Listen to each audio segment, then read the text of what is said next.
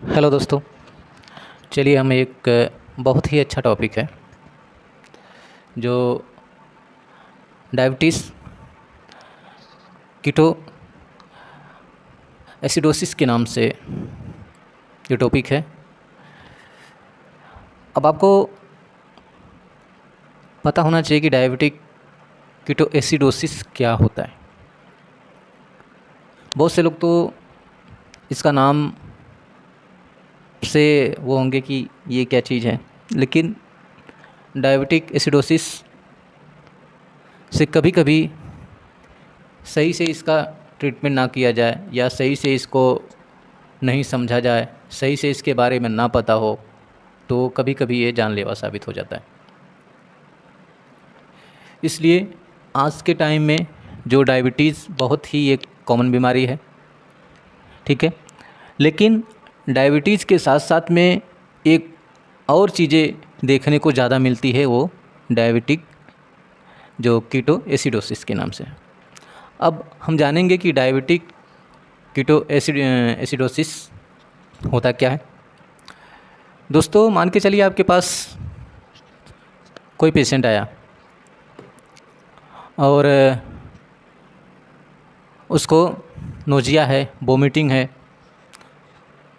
पेट दर्द है और डिहाइड्रेशन है, और साथ में उसकी हिस्ट्री क्या है, डायबिटीज़ की।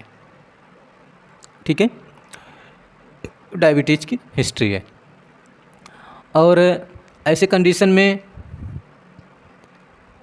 पेशेंट क्या होता है कि थोड़ा से जब डायबिटीज़ कीटोएसिडोसिस में रहता है पेशेंट, तो उस टाइम में थोड़ा सा पेशेंट क्या होता है कि कंफ्यूज टाइप का रहता है। जैसे लगता है ना कि बहुत ज़्यादा सीरियस टाइप का कोई हो जाता है, तो उस तरीके का भी पेशेंट मतलब होने लगता है। ठीक है, तो ऐसी सिचुएशन में आप क्या करते हैं कि उसका शुगर चेक करते हैं, तो शुगर 450 500 इस तरीके से मिलता है। ठीक है, डायबिटीज़ पेशेंट है, वो ऑलरेडी डायबिटीज़ का पेशेंट है, और क्या है कि वो इतना ज़्यादा शुगर उसका है। अब आपको पता होना चाहिए कि ये डायबिटिक एसिडोसिस होता क्यों है। डायबिटीज़ एसिडोसिस होने का कारण है, जैसे मान के चलिए आप शुगर के पेशेंट हैं और आपको आपका शुगर थोड़ा से ज़्यादा रहता है और आप प्रॉपर इंसुलिन लेते हैं, ठीक, लेकिन क्या होता है कि कभी कभी आप इंसुलिन भूल जाते हैं या इंसुलिन नहीं लेते हैं और खाना वाना एकदम बाकायदा फुल एकदम खाते पीते हैं। ठीक है, खाना आपने फुल खा पी लिया और इंसुलिन वगैरह नहीं लिया आपने, ये के कारण। दूसरा क्या होता है कि कभी स्ट्रेस के कारण क्या होता है कि बहुत सारा जो हार्मोन्स होता है वो धीरे धीरे क्या होता है कि रिलीज़ होने लगता है, जिसके कारण क्या होता है कि आपका शुगर लेवल बहुत ज़्यादा बढ़ने लगता है। जब आपका शुगर बहुत ज़्यादा बढ़ने लगता है, 250 से लेके 700 450 500 600 700 800 ऐसे पहुंचने लगता है, तो ऐसी सिचुएशन में क्या होता है कि आपके बॉडी में जो कीटोन लेवल होता है, ठीक है, आपके बॉडी का जो कीटोन लेवल होता है वो क्या होता है कि पॉजिटिव आने लगता है। ठीक है, कीटोन क्या होता है आपका पॉजिटिव आने लगता है। अब ये कीटोन कहाँ से नई बात आ गई। ठीक है, जब भी आपका शुगर 450 500 इस तरीके से मिलता है, तो ऐसे सिचुएशन में क्या होता है कि यूरिन का एक कीटोन कराया जाता है जो ईजिली हो जाता है। ठीक है, ये किट होता है, किट के माध्यम से जो पेशाब होता है, पेशाब में डिप किया जाता है और यूरिन कीटोन उसमें पता चल जाता है कि यूरिन में कीटोन कितना है। ठीक है, तो यूरिन कीटोन जैसे ही पॉजिटिव आ जाता है, तो ऐसी सिचुएशन में आप समझ जाइए कि पेशेंट को डायबिटीज़ कीटो एसिडोसिस का पेशेंट है ये। ठीक है, डायबिटिक कीटो एसिडोसिस में पेशेंट चला गया है। ठीक है, ये आपको सुनने में थोड़ा वैसा लग रहा होगा, लेकिन ये जो मैं आपको डिजीज़ बता रहा हूँ, इस डिजीज़ के बारे में जानना इसलिए ज़रूरी है कि कभी कभी ये सिचुएशन डायबिटीज़ में बहुत ज़्यादा देखने को मिल जाती हैं, इसलिए। ठीक है, डायबिटिक कीटो एसिडोसिस में पेशेंट क्या होता है कि जब शुगर बहुत ज़्यादा उसका बढ़ने लगता है, 450 500 600 इस तरीके से होता है, तो ऐसी सिचुएशन में क्या होता है कीटोन कराया जाता है कि ऐसा ना हो कि कीटोन बॉडी इसका पॉजिटिव हो। ठीक है, और कीटोन बॉडी पॉजिटिव होने का मतलब क्या होता है कि जैसे इतना ज़्यादा शुगर होने के बाद जो बॉडी का इलेक्ट्रोलाइट बैलेंस होता है, इलेक्ट्रोलाइट में मतलब जैसे पोटेशियम हो गया, ठीक है, बॉडी का पीएच लेवल हो गया, बहुत सारा चीज़ें क्या होता है डिसबैलेंस हो जाता है। ठीक है, बहुत सारा चीज़ें डिसबैलेंस हो जाता है। अब हम प्रॉपर डायग्नोसिस कैसे करेंगे कि पेशेंट को डायबिटीज डीके में है, पेशेंट डायबिटीज कीटो एसिडोसिस में पेशेंट है।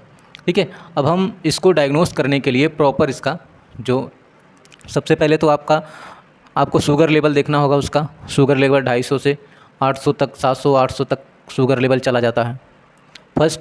दूसरा क्या होता है कि जो उसका सोडियम बाइकार्बोनेट बाइकार्ब होता है, ठीक है, ये सब चीज़ें क्या होता है ब्लड के माध्यम से जांच कराई जाती है। ठीक है, बाइकार्ब उसका 18 से कम हो रहा है, और पीएच लेवल भी मान के चलो 7.3 होता है पीएच लेवल भी धीरे धीरे उसका कम हो रहा है। ठीक है, और ये सारी चीज़ें पीएच लेवल उसका धीरे धीरे कम होने लगता है। ठीक है, तो क्या होता है ऐसी सिचुएशन में कि जो पेशेंट के जब शुगर लेवल बहुत ज़्यादा हो जाता है तो क्या होता है कि जो पेशेंट के टिश्यूज़ में, जो टिश्यू मतलब कि पेशेंट के टिश्यू में जो मांस में मान के चलिए जो रहता है, जो पानी वाटर का लेवल रहता है, वो क्या होता है धीरे धीरे करके क्या होता है कि वो वेस्कुलर स्पेस में आ जाता है, मतलब कि वेसल्स में धीरे धीरे पानी वो आने लगता है। वेसल्स में जब पानी आने लगता है धीरे धीरे करके, तो क्या होता है कि टिश्यू जो उसके टिश्यू हैं, टिश्यू के भी धीरे धीरे करके क्या होता है कि सब वाटर धीरे धीरे करके जो वेसल्स में आने लगता है, तो क्या होता है पेशेंट को उस टाइम में क्या होता है कि वाटर का फ्लो ज़्यादा हो जाता है, पेशेंट बार बार बाथरूम जाने लगता है। बार बार बाथरूम जाने लगेगा तो क्या होगा, उसका जो पोटेशियम लेवल जो होता है धीरे धीरे करके कम होने लगता है। पोटेशियम कम होने लगेगा, शुगर बहुत ज़्यादा भागने लगेगा, ये सारी चीज़ें देखने को मिलती है। जब पेशेंट बार बार बाथरूम जाता है तो ऐसी सिचुएशन में क्या होता है कि उसे धीरे धीरे फ्लूइड की कमी होने लगती है, अंदर से फ्लूइड की कमी होने लगती है। जब फ्लूइड का कमी होने लगेगा तो उसके साथ साथ में बहुत सारी चीज़ें उसके बॉडी में कम होने लगेगा। ठीक है, तो उसका पोटेशियम लेवल क्या होगा, पोटेशियम लेवल भी धीरे धीरे डाउन होने लगेगा, पीएच लेवल उसका डाउन होने लगेगा। ठीक है, और ऐसी सिचुएशन में क्या होगा कि पेशेंट को थोड़ा खतरा उसके लिए बढ़ जाता है। अब क्या करेंगे कि उसका शुगर लेवल भी बहुत ज़्यादा बढ़ गया है, मान के चलिए उसका शुगर लेवल 450 500 है। ऐसी सिचुएशन में क्या करेंगे, तुरंत उसको इंसुलिन क्या करेंगे सब कि तुरंत उसको इंसुलिन देने की वो करेंगे कि भाई उसको इंसुलिन दे दो, पटाक देना नहीं। सबसे पहले क्या होता है कि उसका जो पोटेशियम लेवल है, पोटेशियम लेवल जो उसका है, सबसे पहले उसका पोटेशियम लेवल क्या होता है कि उसको लेवल में करना है। अगर पोटेशियम कम है तो पोटेशियम उसको रिप्लेसमेंट दिया जाता है। पोटेशियम का जो इंजेक्शन आता है उसको ड्रिप में करके स्लोली आराम से दिया जाता है ताकि पोटेशियम लेवल उसका बढ़िया हो जाए। जब पोटेशियम लेवल उसका बढ़िया हो जाएगा तब जाके आप उसको इंसुलिन दे सकते हो। ठीक है, और उसके साथ साथ में पेशेंट को क्या होता है कि फ्लूइड देना बहुत ज़रूरी है। ऐसे सिचुएशन में पेशेंट को फ्लूइड देना बहुत ज़रूरी है। फ्लूइड में क्या दे सकते हो आप, फ्लूइड में उसको नॉर्मल सलाइन दे सकते हो। ठीक है, और जो कोलाइड्स आता है उसको दे सकते हो। ठीक है, ये सारी चीज़ें आप दे सकते हो। ठीक है, और फ्लूइड भी उसको उस टाइम में भरपूर फ्लूइड देना होगा। अगर फ्लूइड नहीं देंगे धीरे धीरे क्या होगा, पेशेंट डिहाइड्रेशन में चला जाएगा। ठीक है, तो धीरे धीरे क्या होगा उसके लिए और दिक्कतें खड़ी हो जाएंगी। तो ऐसी सिचुएशन में क्या होता है कि पेशेंट को प्रॉपर फ्लूइड दिया जाता है। फ्लूइड देने जब आपका मान के चलिए कि पोटेशियम का लेवल बेहतर है, ठीक है, ठीक है, पीएच लेवल थोड़ा सा कम है, पीएच के लिए आपने फ्लूइड दे दिया, और इंसुलिन का साथ में इन्फ्यूजन दिया जाता है। इंसुलिन का इन्फ्यूजन दिया जाता है। मान के चले पेशेंट 70 kg का है तो 7 यूनिट पर आवर के हिसाब से इंसुलिन इन्फ्यूजन में डाल दिया जाता है और प्रॉपर फ्लूइड डाल दिया जाता है, ताकि पेशेंट का बॉडी जो इंसुलिन नहीं बना रहा है, जब शुगर का लेवल ज़्यादा हो जाता है तो मतलब कि पेशेंट का क्या है कि इंसुलिन लेवल बॉडी उसका नहीं बना रहा है, तो आप यहाँ से इंसुलिन थेरेपी करना पड़ता है उसको। ठीक है, तो इंसुलिन प्रॉपर इन्फ्यूजन के माध्यम से जाएगा। पोटेशियम लेवल आपने मेंटेन कर दिया। इसके बाद क्या होगा कि ये दोनों चीज़ें मेंटेन हो गया। अब इसके बाद क्या करेंगे, हम उसका कॉज ढूंढेंगे, कारण ढूंढने का मतलब ये है कि हम उसका कारण ढूंढेंगे कि डायबिटीज़ इतना मतलब कि इंक्रीज़ हुआ तो क्यों हुआ, क्या कारण हुआ। ये कई कारण से, कभी कभी क्या होता है कि बॉडी में इन्फेक्शन के कारण होता है, यूटीआई के कारण भी हो जाता है, ठीक है। और इसके बाद जो हमने बताया कि स्ट्रेस इसके कारण भी हो जाता है। मान के चलिए कभी कभी क्या होता है, नॉर्मल आदमी इंसुलिन छोड़ देता है और खाना पीना खा लिया तो उसके कारण हो गया, तो नॉर्मली वो ठीक हो जाता है।